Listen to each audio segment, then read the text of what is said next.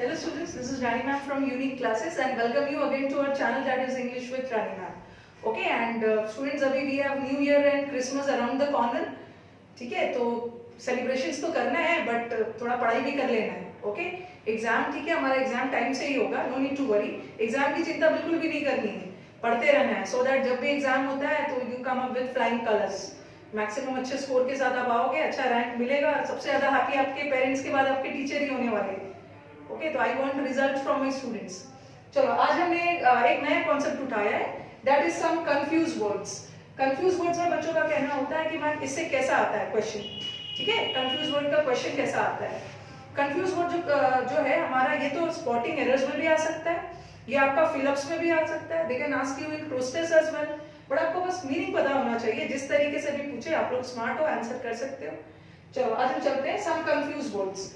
ठीक है, समटाइम्स बच्चे कंफ्यूज हो जाते हैं, उन्हें लगता है कि वर्ड तो एकदम सेम लग रहा है, बट सेम साउंड कर रहा है बट मीनिंग बिल्कुल अलग है, स्पेलिंग भी अलग है. देखो, this is the word childish and this is the word child like. दोनों में डिफरेंस है. डी तक तो दोनों सेम है, बट ये चाइल्डिश है और ये चाइल्ड लाइक है. दोनों में डिफरेंस है. जैसे चाइल्डिश बोलते हैं ना, don't behave childish. Don't behave childish मतलब बचकाना हरकत मत करो, बच्चों की तरह हरकत मत करो. तो चाइल्डिश का मतलब है ना, थोड़ा सा ये वर्ड नेगेटिव जाता है. इनसेंसिबल बोलते हैं. ठीक है, इनसेंसिबल, बिना सिर पैर की बात करने वाले, बच्चों की तरह. जैसे बच्चे बहुत लॉजिक और रीजनिंग के साथ बात नहीं करते, जो भी उनके मन में आता है वो करते हैं. And what is child like? Child like का मतलब होता है मासूमियत, वेरी इनोसेंट. ठीक है, ये इनोसेंस, मासूम के सेंस में. और आपके एग्जाम में ये आया भी हुआ है, ऐसा एरर डाल के दे देंगे, she has a dash simplicity. ठीक है, मे भी एग्जाम में चाइल्डिश लगा के दे दी, बट वो रॉन्ग है. उसकी सिंप्लिसिटी है ना, काफी सिंपल है, बच्चों की तरह इनोसेंट है. तो she has a childish simplicity नहीं होगा, she has a child like. ठीक है, child like simplicity, child like innocence, मासूमियत, बहुत simple. Then you have the word alternate and alternative. Alternate जैसे होते हैं ना, जैसे मैं बोलूं कि आपके क्लासेस ऑल्टरनेट डेज होते हैं. ऑल्टरनेट डेज मतलब एक एक दिन छोड़कर. और ऑल्टरनेटिव किसे बोलते हैं? ऑल्टरनेटिव का मतलब है विकल्प, चॉइस. जैसे आपके पास कोई ऑल्टरनेटिव नहीं है, आप इंग्लिश से बच नहीं सकते हो, इंग्लिश में तो मेहनत करनी ही होगी अब. तो ऑल्टरनेट का मतलब होता है वन आफ्टर अनदर. ओके, एक एक दिन छोड़ के, जैसे मंडे, वेडनेसडे, फ्राइडे या ट्यूसडे, थर्सडे, सैटरडे. ये ऑल्टरनेटिव का मतलब है विकल्प. You have the word choice, option. इससे कैसे एरर दे देंगे? जैसे he goes to the hospital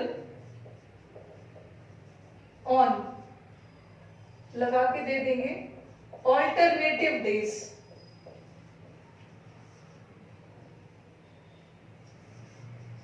ठीक है, सपोज वो अपने फ्रेंड को, जो उनके फ्रेंड हॉस्पिटल में है, उसे विजिट करने जाता है alternative days. He goes to the hospital on alternative days. यहाँ ऑल्टरनेटिव नहीं हो. ठीक है, यहाँ पे क्या होगा? ऑल्टरनेट. वो अपने फ्रेंड से मिलने जाता है hospital, alternate days. Alternate days का मतलब एक एक दिन छोड़कर. Then you have the word personal. ये पर्सनल का मतलब होता है, पर्सनल का मतलब होता है व्यक्तिगत. ठीक है, इंडिविजुअल. तो बोलते हैं ना, this is your personal matter, व्यक्तिगत मैटर है आपका. And what is this personnels? Personal का मतलब होता है, जैसे आप एसएससी क्रैक करके एसएससी पर्सनल्स बनोगे, जो बैंक की तैयारी कर रहे हैं वो बैंकिंग पर्सनल्स बनेंगे. ये पर्सनल्स का मतलब होता है अधिकारी. ठीक है, that is the employees. Okay, अभी मैं इसका एग्जांपल आपको दे रही हूँ. ठीक है, आई थिंक ऊपर वाला लिख लिया होगा तो इसको रब कर रही हूँ.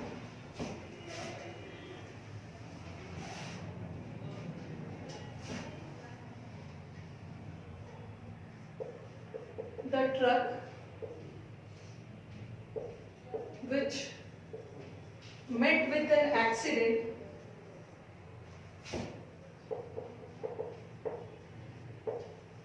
was carrying some army personals. ऐसा क्वेश्चन आया हुआ आपके एग्जाम.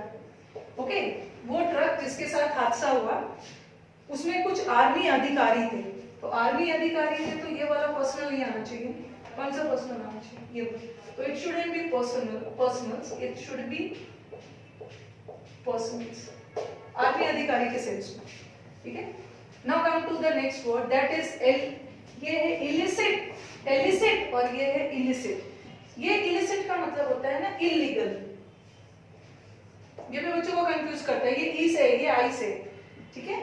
ये इलिसिट और एलिसिट, एलिसिट का मतलब होता है ऑब्टेन, प्राप्त करना, ठीक है, ऑब्टेन करना, एक्सट्रैक्ट करना।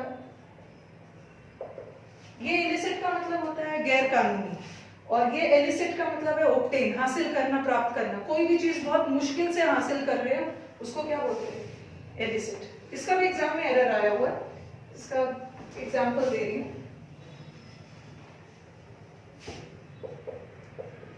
The police could not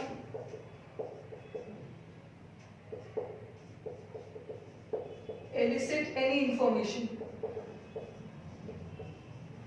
okay, police कोई भी इंफॉर्मेशन प्राप्त नहीं कर पाया, तो यहाँ पे ये गैर कानूनी वाला नहीं होना चाहिए, यहाँ पे क्या होना चाहिए, इलिसिट वाला। ये इलिसिट का मतलब है हासिल करना। ओके, पुलिस कोई भी इंफॉर्मेशन हासिल नहीं कर पाया, एरर में भी आ सकता है, फिल अप द ब्लैंक्स किसी फॉर्म में भी आ सकता है, ठीक है। तो चलो मैं इस साइड अब रख करके पहले ये करवाती हूँ।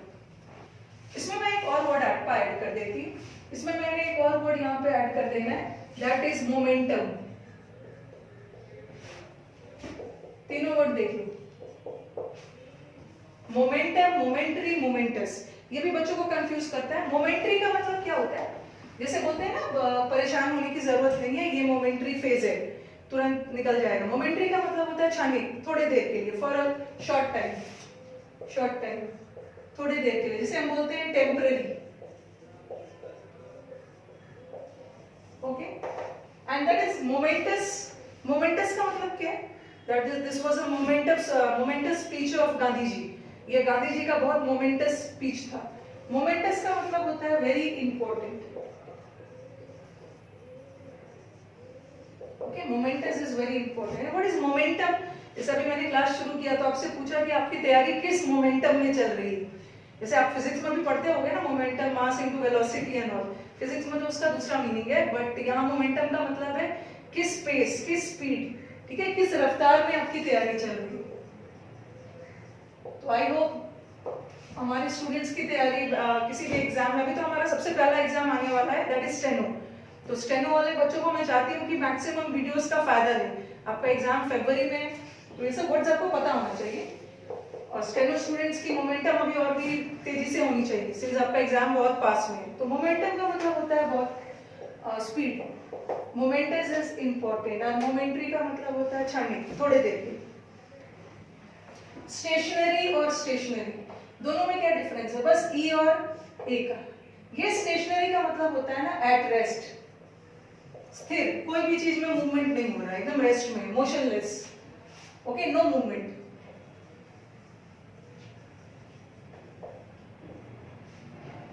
जैसे हमारा sun is a stationary body, sun move नहीं करता है एक ही जगह।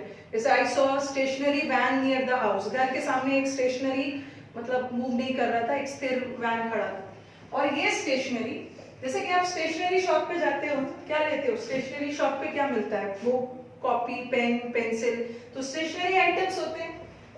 स्टेशनरी आइटम्स है, स्टेशनरी शॉप है, जहाँ पे आप क्या खरीदते हो, वो पेन, स्केल, पेंसिल वगैरह। Okay, this can be used in sense of stationery shop भी होता है, स्टेशनरी शॉप में जाके आप स्टेशनरी आइटम्स लेते हैं।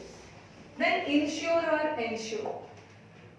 इंश्योर वर्ड को कैसे याद रखोगे, you have the word insurance policies. Insurance policies लेते हो ना, इंश्योरेंस पॉलिसीज किस लिए लेते हैं, सुरक्षा के लिए। तो ये इंश्योर करना मतलब सिक्योर करना, ठीक है, सुरक्षित करना। और ये इंश्योर करना मतलब सुनिश्चित करना, पक्का करना, कंफर्म करना, टू मेक श्योर। जैसे ऐसा सेंटेंस हमारे एग्जाम में आया हुआ है, I have sent my servant but I cannot ensure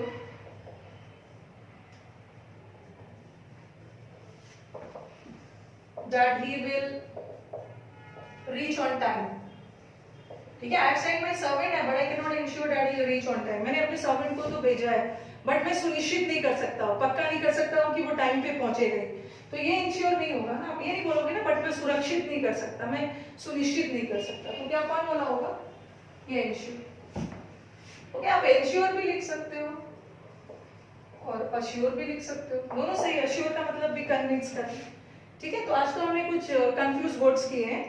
ठीक है, आने वाले सीरीज में will do some more with examples. ठीक है, तो चलो, आपको अगर वीडियोस पसंद आया है तो do like it and share it among your friends, और चैनल को सब्सक्राइब करो ताकि आपको अपडेट्स वगैरह मिलते रहे और मैक्सिमम फायदा उठाओ। ठीक है, चलो मिलते हैं फिर नेक्स्ट सेशन में। Thank you.